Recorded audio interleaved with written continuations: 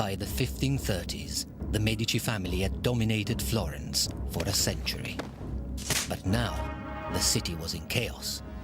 The family and Florence needed new leadership.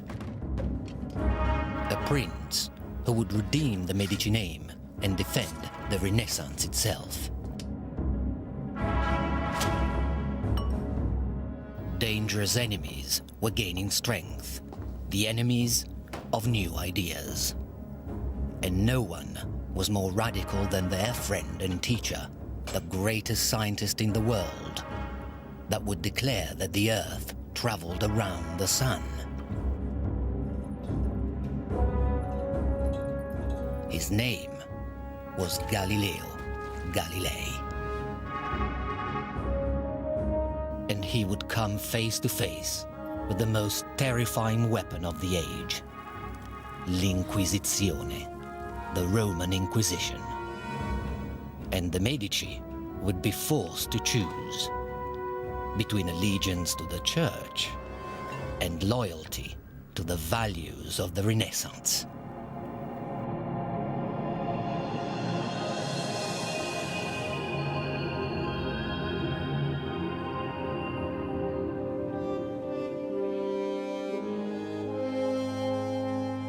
Florence, 1537. The Duke of Florence, Alessandro de' Medici, was the illegitimate son of a Medici pope.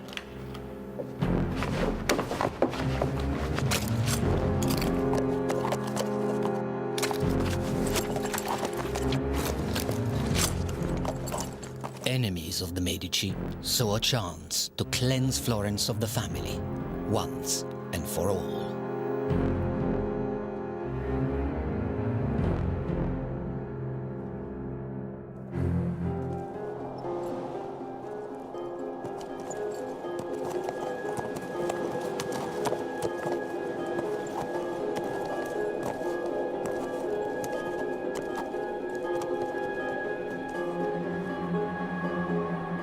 But allies of the Medici were desperate for a savior.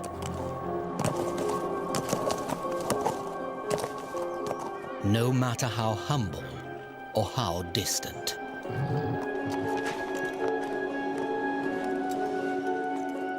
Cosimo de' Medici was only 17.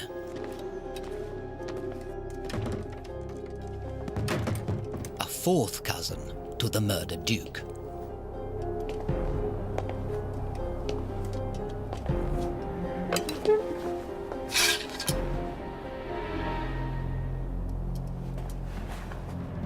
And he received his summons to Florence. He was not from the main bloodline of the Medici. His education was not the typical humanistic education of a prince, so he was lacking a lot of those characteristics which, in the eyes of the contemporaries, would make him someone weak enough to be manipulated.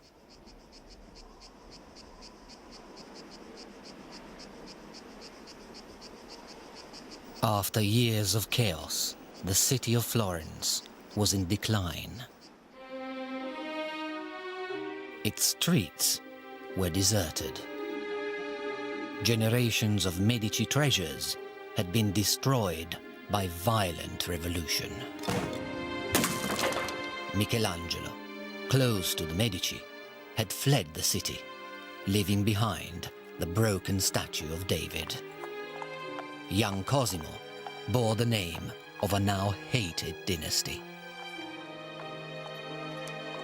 But the city was on the brink of anarchy and needed someone to fill the dangerous role of the figurehead of Florence. And for now, Cosimo the teenager would have to do. Most of the people who counted in Florence at the time were fairly aware that the choice of a man raised in the country was a way to have a ruler that they could, control fairly easily. Within 48 hours, Cosimo was elected the new Duke of Florence.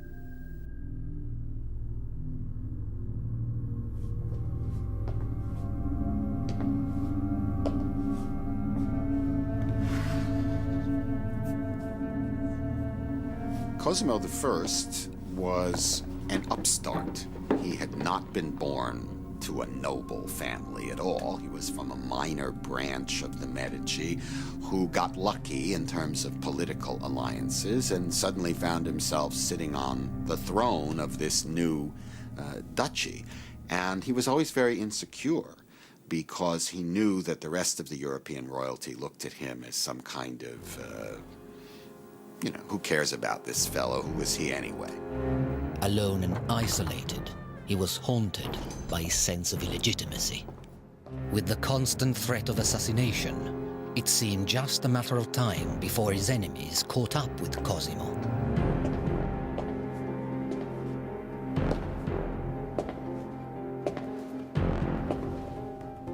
But one man believed Cosimo had potential. As a child, this man had rescued the broken arm of David, and for years he had kept the pieces safely hidden.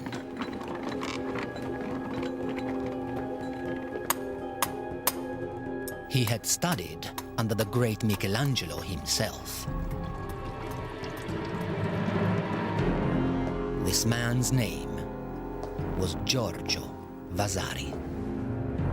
Vasari had waited patiently through the chaos to repair his master's sculpture. All he needed was a patron. And Vasari knew that Cosimo's survival depended on good publicity. He strikes this alliance with Vasari, who invents the culture of a dynasty that wanted to present itself as coming from the Greek gods. But clearly, they were selling cloth until, 20 years before. So they really started almost from scratch. The Medici always had patronized the arts, but with Cosimo I, the arts really become part of political PR.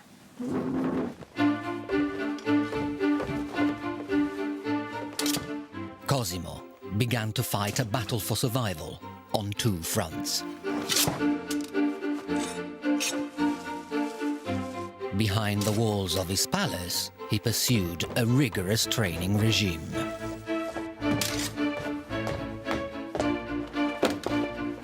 And, under Cosimo's personal instruction, Florence's neglected Renaissance found new life.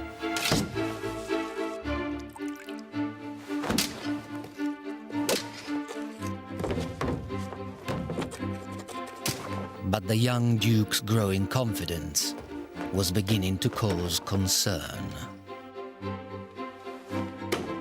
Some openly worried where it might lead. They have mounted a young man on a splendid horse, then told him he must not ride beyond certain boundaries. Now tell me who is going to restrain him when he wants to ride beyond them. You can't impose laws on a man who is your master. By 1543, repairs to David, authorized by Cosimo, were complete. This great symbol of civic independence had risen from the ashes, but only on the orders of a Medici prince. Not for the first time, Michelangelo's art had been co-opted in the pursuit of power. Michelangelo was the greatest artist of the age, and his art was often used by others for political gain. At the Pope's command, over the altar of the Sistine Chapel, Michelangelo had created the finest fresco of his career, the Last Judgment. But his masterpiece was greeted with shock. Michelangelo had filled his fresco with nudes. Church conservatives were appalled. Still reeling from Martin Luther's attack on their authority, they now cracked down on artistic freedom. And Michelangelo's fresco was declared indecent. It was a most dishonest act to have painted so many naked figures, revealing their shameful parts. It is not a work for a papal chapel, but for a bathhouse or a brothel. The church demanded corrections, hiring a new artist to add modesty to Michelangelo's masterpiece. The artist was nicknamed Braghettone, large underpants man. Michelangelo was not impressed. Let His Holiness attend to the reform of the world. Reforming a painting is too easily done.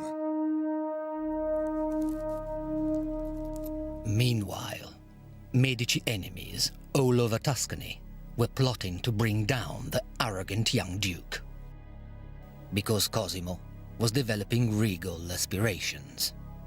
But he outwitted his foes by courting a Spanish princess, a woman who shared his ambitious nature. A friend of the rich young lady observed, She always wanted to win, and she always played for high stakes. Bella Eleonora, she is beautiful. She was the daughter of Pedro de Toledo, Spanish viceroy of Naples, and definitely her rank was superior to Cosimo's rank. Their wedding was for Cosimo a guarantee of the Spanish protection and approval of his regime.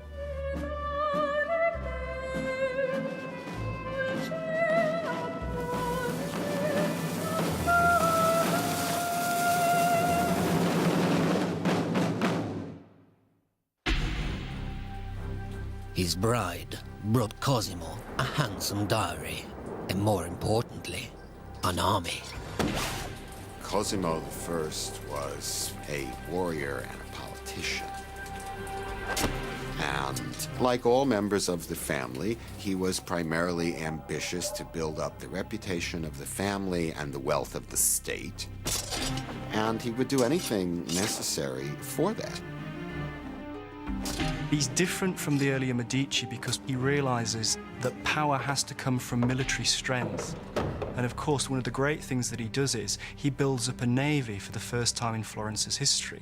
And he gets the point that if the Medici are going to keep in power, they have to have a military force. And it's Cosimo who works it out. Cosimo planned to spread his duchy from the coastline to the hills. And he went for a knockout punch. In one decisive battle, the Republic of Siena fell. The rest of Tuscany followed in capitulation to the Medici. Cosimo wasn't slow to publicize his success. Across the walls of the old government building, he ordered monumental frescoes from Vasari. Vasari was a sculptor, Vasari was a painter, Vasari was an architect, but more than all of these three arts combined, he supervised everything that was produced in the arts in function of the Medici ideology. Vasari was coordinating more than just producing art at the time. And it is probably one of the first time in Western history in which we have a systematic form of propaganda, of a regime that is in need of legitimizing itself and producing a state ideology that is not existing. Cosimo carefully crafted his image, shaping and editing Vasari's creations. The group of counselors which you've placed around me is not in the least necessary, as I acted entirely alone. You can fill up their places with figures representing silence and other virtues. Vasari painted on an unprecedented scale. He supervised an army of workers filling the walls of the medieval palace with tales of courage and achievement. Soon, even the ceilings were bursting with heroic display. And Cosimo made sure that every generation of his family were given their place, turning the headquarters of the old republic into a temple to the Medici dynasty. It was fit for a king, if not for the new Duchess, Eleonora. When she arrived in Florence, she was quite disappointed because Naples was the largest city of Europe with roughly 300,000 inhabitants. Florence, compared to that, had probably less than 60,000 inhabitants, had been a republic, and she found, for instance, her side of the Palazzo Vecchio as being way too modest for her dignity. Contradicting all of the traditions of the time, she purchased with her private money Palazzo Pitti, claiming that she could not raise her children of royal blood in such a humble residence. Eleonora had bought a fortress for her family. It was a shrewd move, because the couple's regal ambitions had fueled the envy of their rivals. Now, those rivals wanted the Medici family dead. A network of secret police kept the suspicious Duke well informed. Cosimo was always capable of dealing with this risk in a prudent and clever way. We know that he was paying roughly 300 bodyguards regularly, so that is a good way to, cope with that. Such security measures impressed Cosimo's guests. When he goes through the city, his wife and children accompany him, but with a guard of Germans, a light cavalry, and at least 100 musketeers. The Duke's enemies were not easily deterred.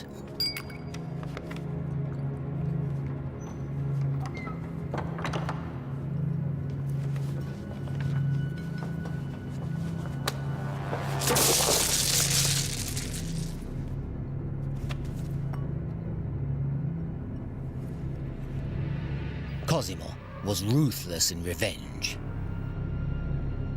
He had to protect the family, to whom he was deeply devoted. Since he became prince, there is no hint that he has had anything to do with anyone but the Duchess, his wife. He lives as an outstanding family man, eating always with his wife and children at a moderately plain table. Now Cosimo went everywhere with knives down his boots and body armor underneath his clothes.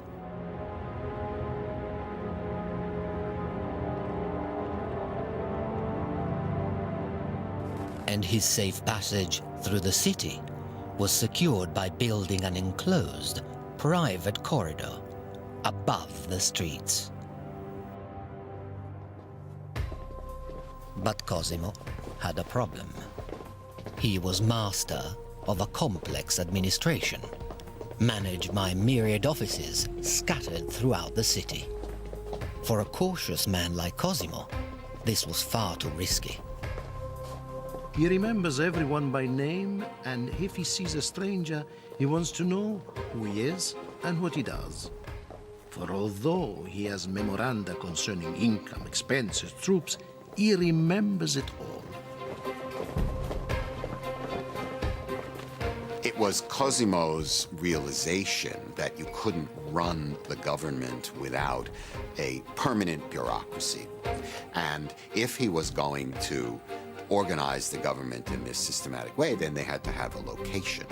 Such a location had to be safe, and naturally, it had to be grand. The new buildings were constructed along two sides of a street, with a corridor linking the two wings. They were known only by the Italian word for offices, uffizi. And the original purpose of that palace was to house the government administration of Florence, which was getting bigger at that point. The Medici realized that if they wanted to run a large, modern state, they needed to have a systematic and very organized civil service, government agencies. From this well-protected base, Cosimo secured his own preeminence in Tuscany. Once again, Vasari covered the ceilings with jubilant frescoes. Vasari's main trait was that he was a great impresario. I mean, he was a decent painter, but, he wasn't great. But he was a great manager. He lines up the painters, the sculptors, the architects, the masons. Finally, Cosimo felt secure. I am a ruler who accepts the authority of no one apart from God.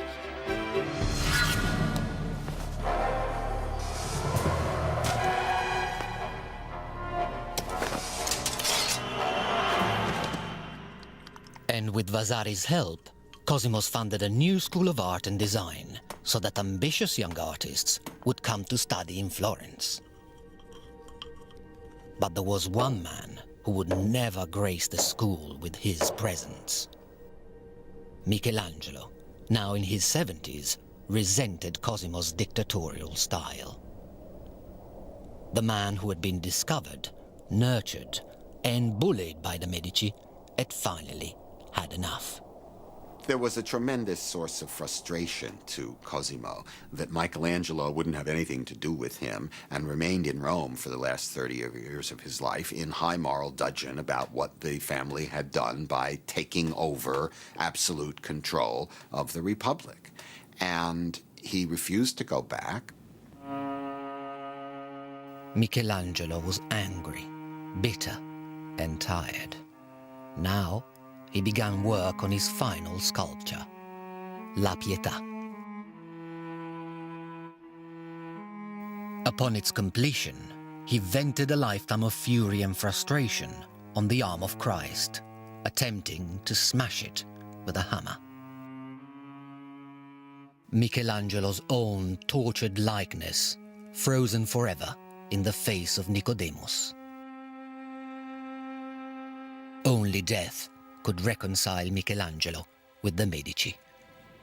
When Michelangelo died in 1564, the Florentine government arranged secretly to sneak the body out of Rome, hidden inside of a hay basket, and bring it back to Florence, where they staged this enormous ceremonial funeral for him. They co-opted him after his death and made him into the greatest of Florentine artists, even though for 30 years he'd been thumbing his nose at the Medici. In death, Michelangelo was granted immortality by the Medici. The culmination of Cosimo's cultural campaign would be a book, written by his image maker, Vasari. The lives of the artists would seal the reputation of the Medici forever. It was the world's first work of art history. Vasari is an extraordinary figure because he underwrites everything that Cosimo does. He puts all the great Florentine artists right back to Giotto, right through to its culmination with Michelangelo, right at the center of the story of Western European art. And they're invariably Medici-sponsored artists. So he's the great spin doctor. He's a public relations expert of the first magnitude, and we've all believed it ever since. The book was dedicated to Vasari's patron, Cosimo I.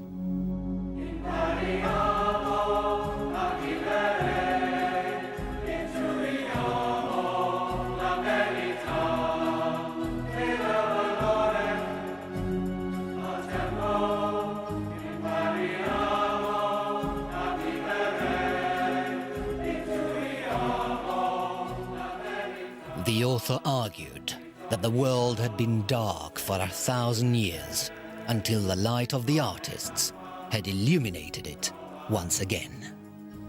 Vasari needed a word for this outstanding achievement. And what had, until now, been an ad hoc movement of artists, patrons, and protectors finally had a name. It was called the Rinascimento, the rebirth, the Renaissance.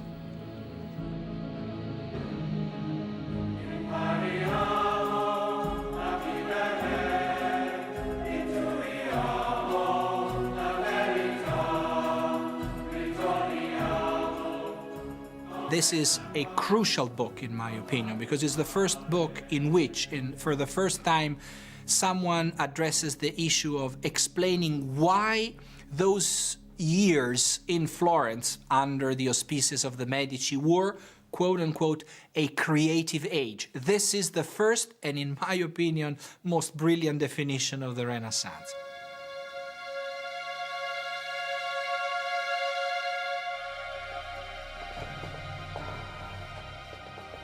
But the ideals of this Renaissance movement now offended the most powerful authority on earth, the Catholic Church.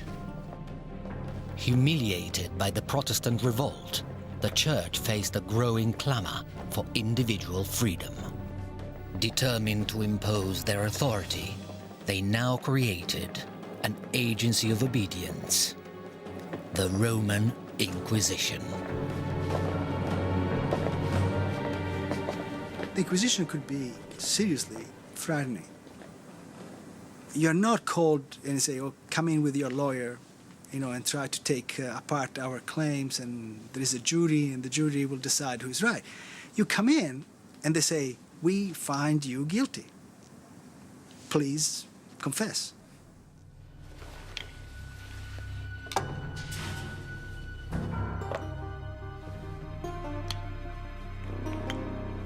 In 1559, l'Inquisizione arrived in Florence.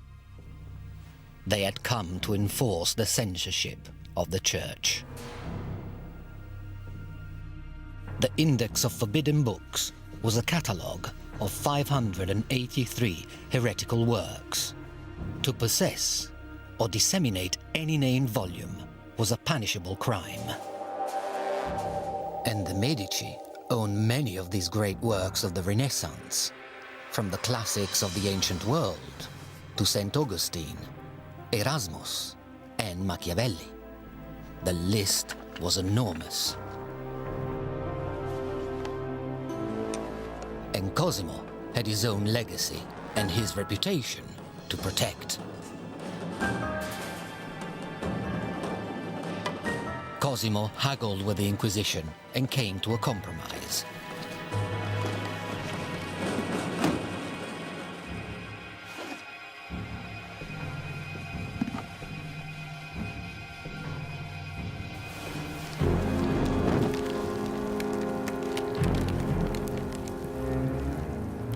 Cosimo organized a token public book burning. Because even a duke could not afford to alienate the Church. And Cosimo was desperate to be formally recognized by the most powerful organization on earth. In 1569, Cosimo de' Medici was crowned Cosimo I, Grand Duke of Tuscany, by the Pope himself.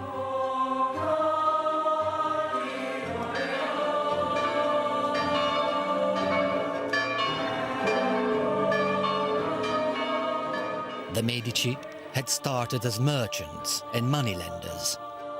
Over generations, they had climbed a precarious social ladder. As popes, they had governed all of Christendom, but Cosimo had taken them to new heights, controlling Middle Italy from coast to coast.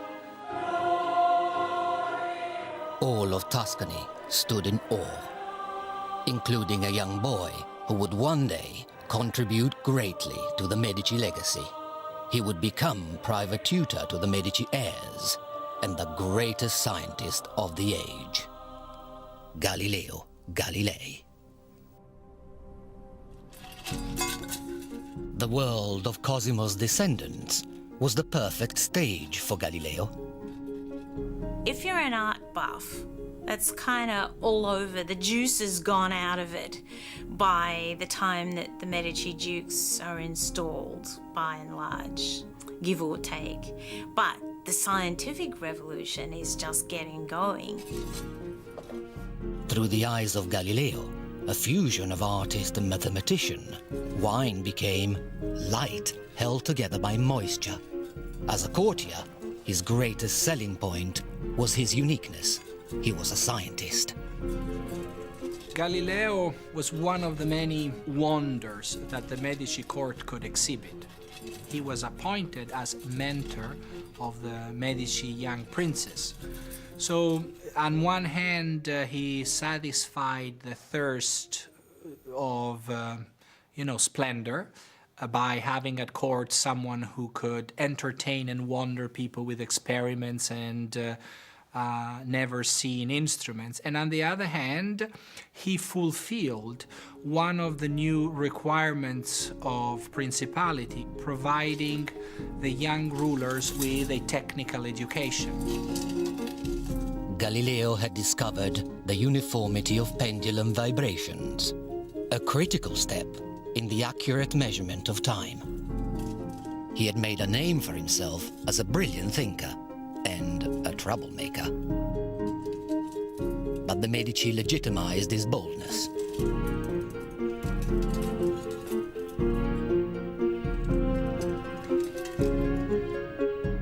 In 1610, they appointed Galileo royal professor of mathematics and philosophy, with a healthy salary of 1,000 scudi a year. There was a certain level of official investment in Galileo, and given the kind of claims he wanted to make, the university would have not been the right institution. So I do believe that he needed a court, and the Medici provided that. As Galileo's reputation spread through Italy and Europe, his Medici patrons granted him celebrity and protection. In return, Galileo ensured that his discoveries emerged first at the court of the Medici.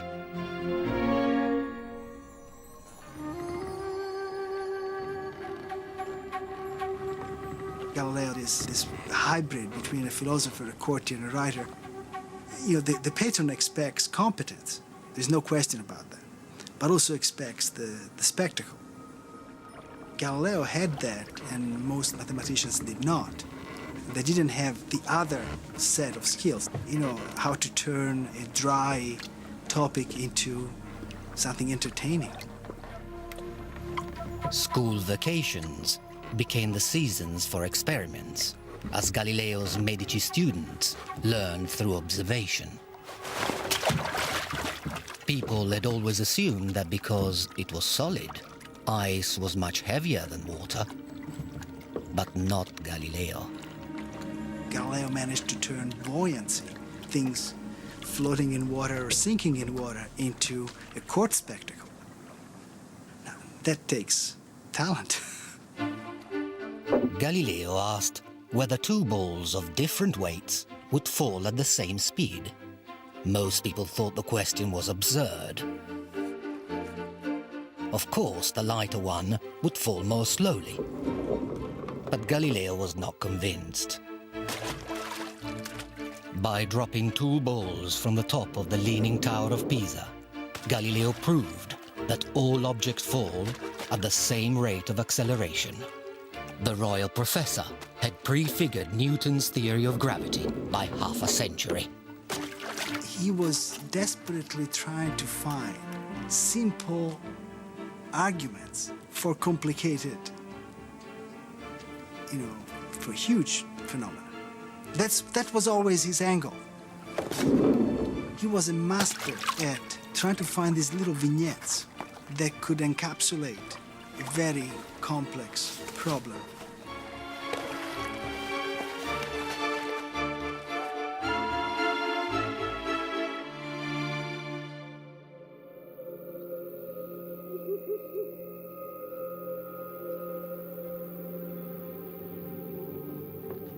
Galileo's hunger to observe was fed by a magnificent new invention, the astronomical telescope.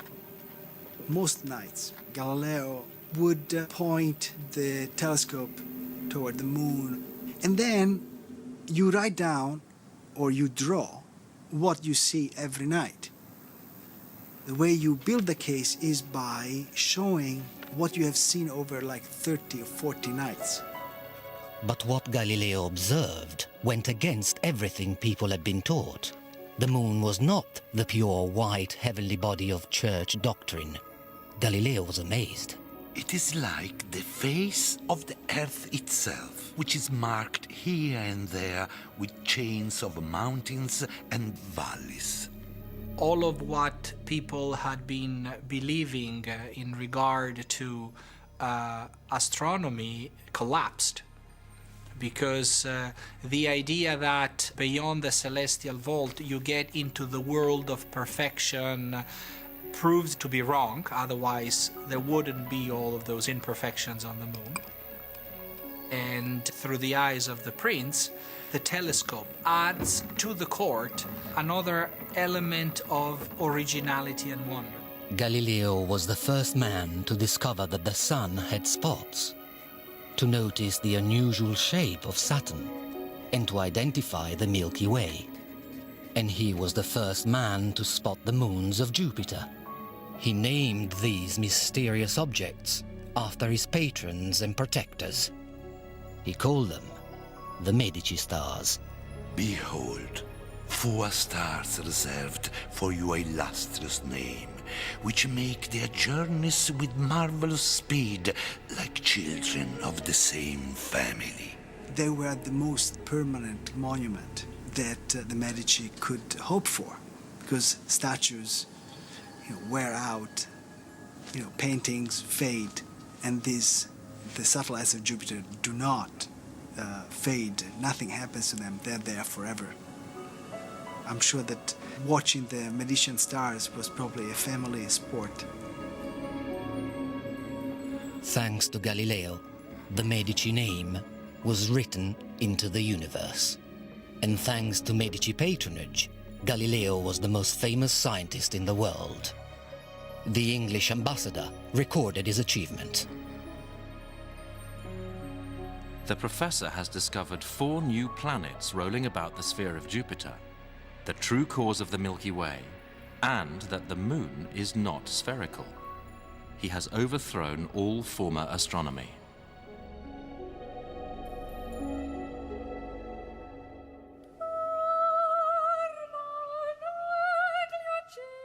The Medici had dominated Florence for over 200 years.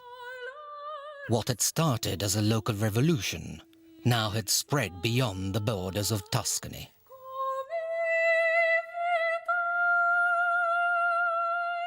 At the royal court of France, the world's first ballet had been presented to Queen Catherine de' Medici. In England, Shakespeare had thrilled massive audiences with extraordinary new plays. While in Italy, a radical new art form had been unveiled. Born in the house of the Medici, opera took the dramatic stories of classical heroes and set them to music. It had been performed by Galileo's own father.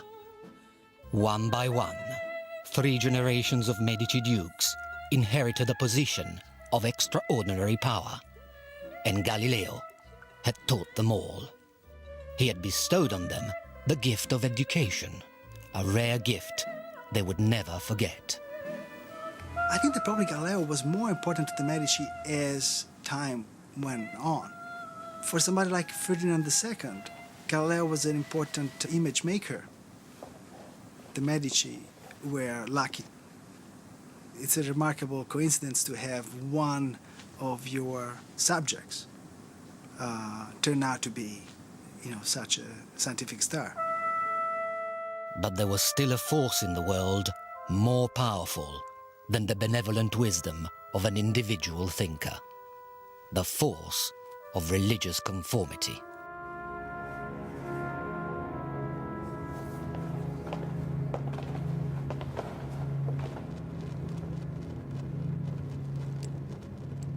A friend of Galileo had paid the ultimate price for intellectual freedom.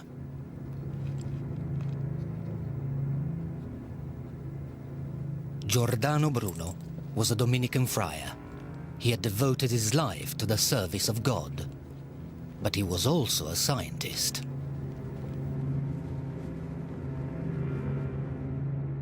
For publishing his theory that the universe was infinite, he was burned alive by the Roman Inquisition.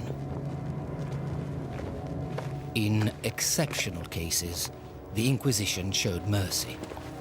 They placed a bag of gunpowder around their victim's neck.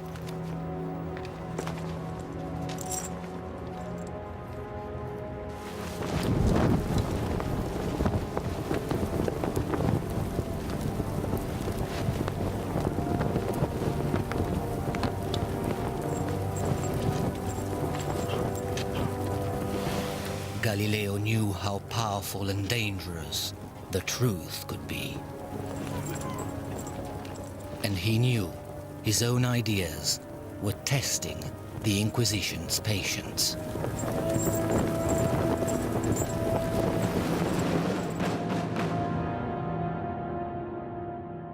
For over 1,000 years, the Church had taught that the Sun and all the planets revolved around the Earth.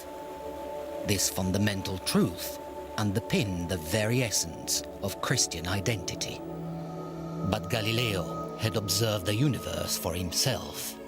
He had come to the radical conclusion that the Earth, in fact, revolved around the Sun. His skeptical friends protested. Surely, if the Earth was traveling through space, then they would feel it here on Earth. Galileo argued that, as fish remain inside their bowl even if the bowl is moved around, so we can happily exist untroubled by the motions of the planets. It was a dangerously seductive idea. I think the revelation that the Earth goes around the Sun rather than vice versa must have just been shocking. It must have been earth-shattering, literally, because it threatens the whole notion of the Christian cosmology. The choice that now faced Galileo was simple: neglect the truth to save his neck, or publish and be damned. I do not believe that the same God who has endowed us with senses, reason, and intellect has intended us to forego their use. Galileo believes completely that the Earth goes around the Sun. He knows that he cannot say that. Okay? So he's walking a thin line. Galileo was an old man by 17th century standards, so maybe there was an element of desperation that maybe he knew that he was taking a risk.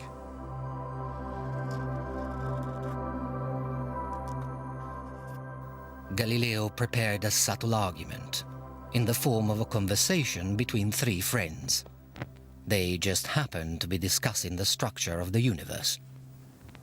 He says, "I'm not publishing a treatise. This is a philosophical comedy. These are fictional characters. Everything is fictional, right? So you cannot hold me accountable for what fictional characters say." Galileo submitted his text to the church in Florence so that it could be checked for signs of heresy. The church insisted on changes. Galileo agreed. And in 1632, Galileo's pioneering masterpiece was published. Under normal circumstances, normal being friendly, he would have got away with it. In a more hostile environment, people would simply say, "We do not care that Galileo has used the literary genre of a dialogue between fictional or dead people. He has said this, and we are going to hold him accountable." Galileo called his book The Dialogue of the Two World Systems and dedicated it to his student and patron, the Grand Duke of Tuscany. whose liberal munificence is the means by which it finally reaches publication.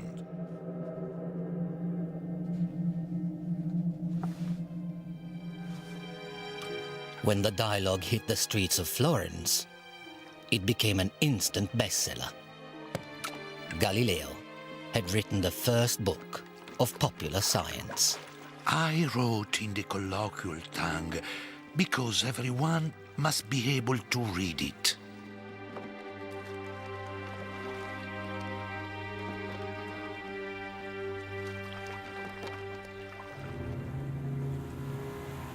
But when the dialogue reached the headquarters of the church in Rome, the Pope was furious.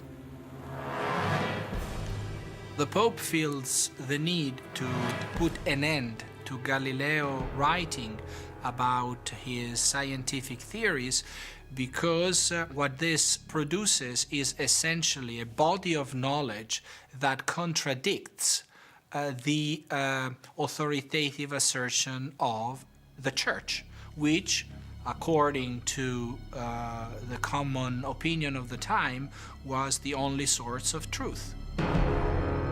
Galileo was officially summoned to face the Inquisition.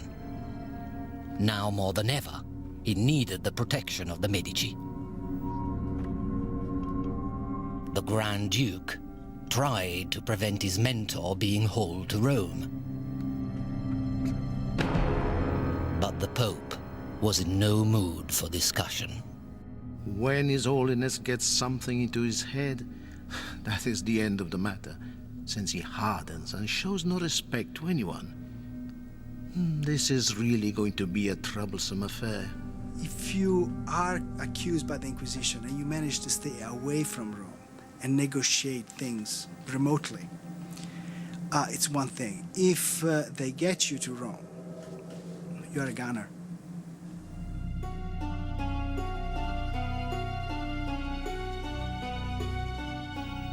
In 1633, Galileo arrived in Rome.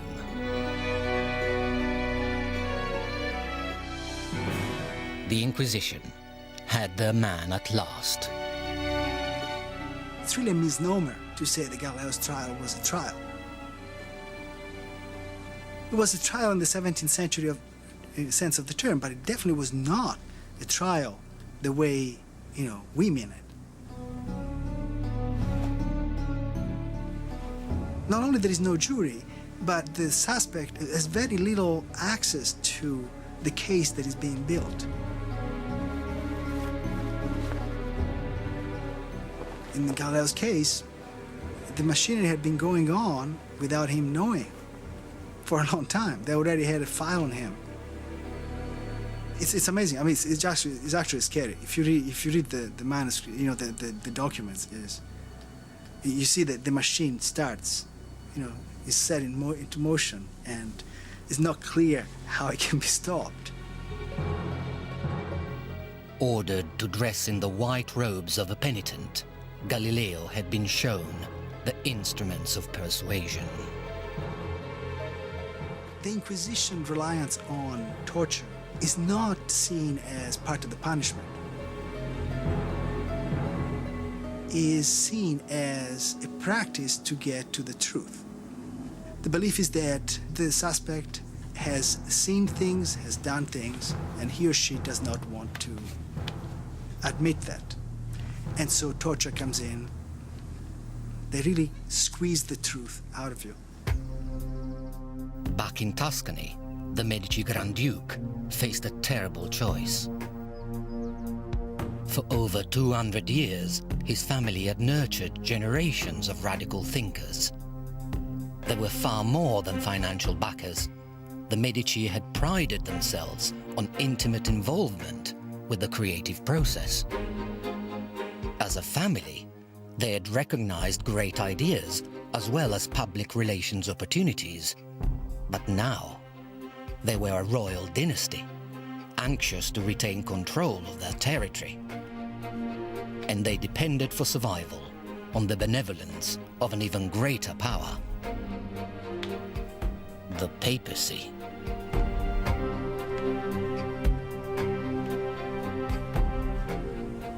The Pope basically says, look, stop pushing.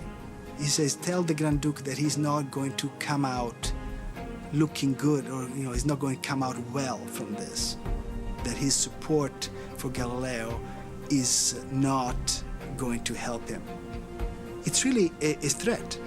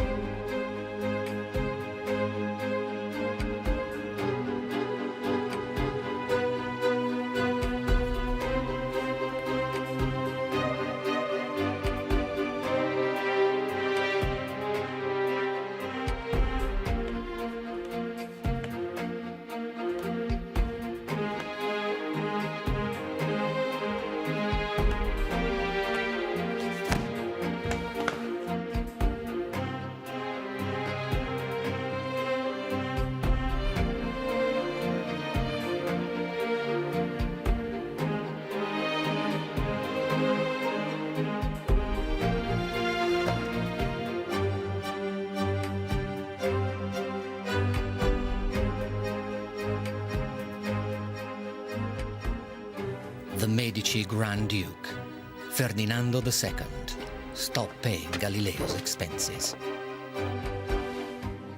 On the 22nd of June, 1633, on his knees in the belly of the Vatican, Galileo denied what he knew to be true. I still hold as most true and indisputable the stability of the earth and the motion of the sun. I am in your hands. Do with me what you please. When the Medici stopped not just patronizing but protecting Galileo, they put an end to a certain idea of Renaissance, which consisted in patronizing any type of art, no matter which their religious or ideological implications were. Galileo was sentenced to house arrest in his beloved Tuscany. It was there that he died, a broken old man.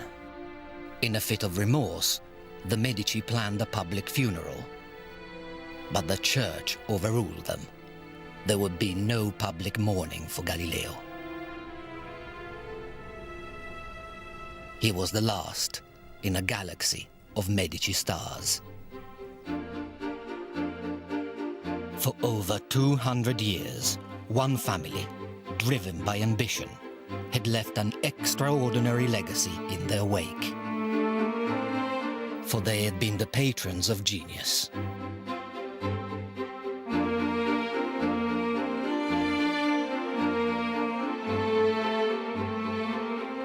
Renaissance men who had changed the Western world.